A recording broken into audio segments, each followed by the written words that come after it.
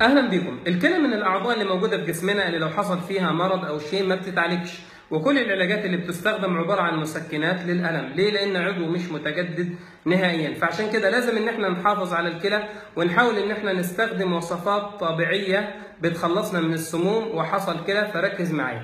الوصفه اللي انا هذكرها لك ديت بتضرق البول، بتشيل لك السموم اللي موجوده في الكلى. الامر الثاني بتنشط لك حركه الكلى.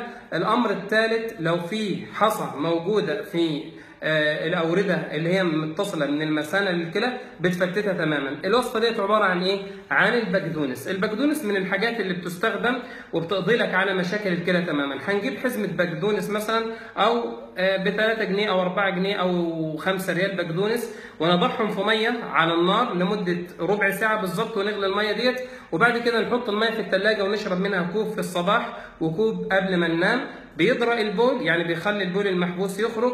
والامر الثاني بيفتت لك الحصى اللي موجوده في الكلى، وبينقيها لك وبينشط لك الكلى، وده عباره عن غسيل كلوي مجاني.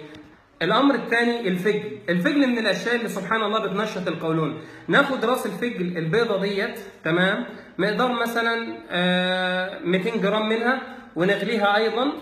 تمام، الراس البيضه ديت مقدار 200 جرام منها ونغليها في الميه لمده ربع ساعه، ونمسك الميه بتاعتها نصفيها ونحطها في الثلاجه ونشرب منها كوبايه في الصباح والمساء. الحاجه بقى اللي احنا اصبحنا مهملين فيها جدا، وسبحان الله اجدادنا كانوا بيستخدموها كتير، وهي الشعير. الشعير معروف ان هو الشيء الوحيد اللي بيفتت لك حصى الكلى تماما.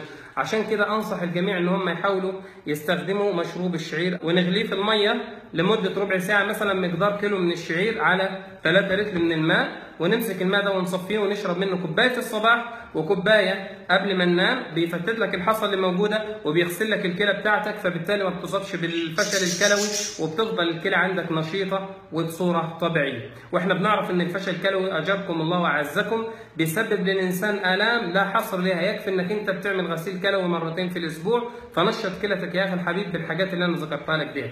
ويا ريت لو عندك وصفه بتغسل الكلى تضعها لنا في كومنت اسفل الفيديو، عشان كل متابعينا في قناه تفسير الاحلام يستفيدوا منها. وما تنساش تنشرها لاصحابك، ودوس لايك واضغط سبسكرايب وفعل الجرس عشان يوصل لك مزيد من مقاطع الفيديو. ليكم اطيب تحياتي، انا اخوكم يوسف احمد.